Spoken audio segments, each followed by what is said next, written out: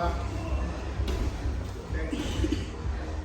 So we've kind of talked about the Roman stuff, but remember there's a trigger. So Jay goes into the position, starts working on his side, gets his underhook, starts training that frame to build up.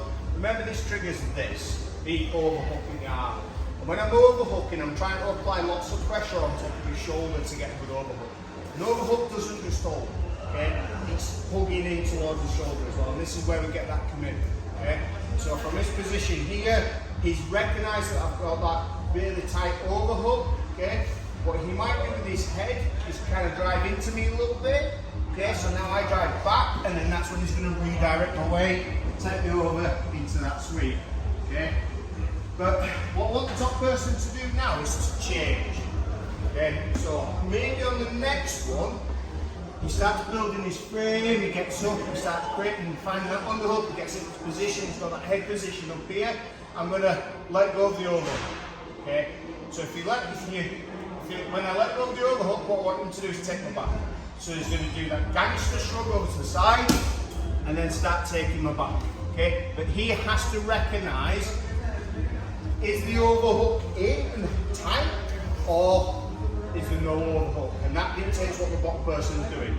So play around with different stuff. So maybe do 2 or 3 and then switch over. But top person, you're deciding what they do by either tight overhook or no overhook. Tight overhook, we roll them. No overhook, we take them back. Okay, give it a go. 1, 2, 3. You kind of focus on the moment when we get to this position. Realize I'm kind of giving you a little bit of weight. So as that word we get into here, you're still driving your weight in. Okay? So that's what's going to help me kind of create the sweep and the reversal, because I'm just redirecting his weight. A lot of jiu-jitsu isn't trying to physically force people to do things. It's just letting them go the way that they're driving the weight into. So if he drives the weight to here, that's when I can use that kind of roll to start looking for my sweep. Now, when I get to here, if he starts backing off and taking the weight over this way, then this is a bit of a problem, isn't it? Because I'm not going to be able to roll him. And this is where your jiu-jitsu really sort of gets better, when you identify where the weight is going. Okay? So when his weight's going this way, don't have the same sort of threat. So a couple of different options that we've got from here. Because I'm on my hand, yeah, I can create a good position with my foot and my hand to now lift my hip up. As soon as I lift my hip up, the other leg should come back quite easy. And this is where we can then start looking at going into front leg locks. We can start looking to take the back while we do this stuff. The other option that we've got, we just change the position slightly.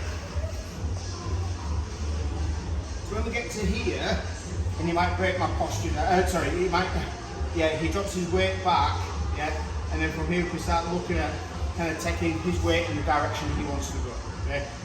Probably not going to do this in this kind of situation, it's probably going to be more here, but when you start going up, he takes his weight across. I'm going to put this ankle in and start driving my weight into it. Okay. Don't want to spend too long doing this, but just as a little bit of a reminder, this is the old Eddie Bravo old school sweep. Okay, so from here, I'm just going to go underneath. I'm not trying to go in that way. I'm going to use my hand to drive over and pull away. Okay. So we'll just add that on as a little bit of nice to have, but as long as you recognise that the weight's no longer into you, you can then start looking at escaping and getting in the top position. Okay, last couple of minutes, then we'll get rolling. 3, 1, 2, 3, let's go.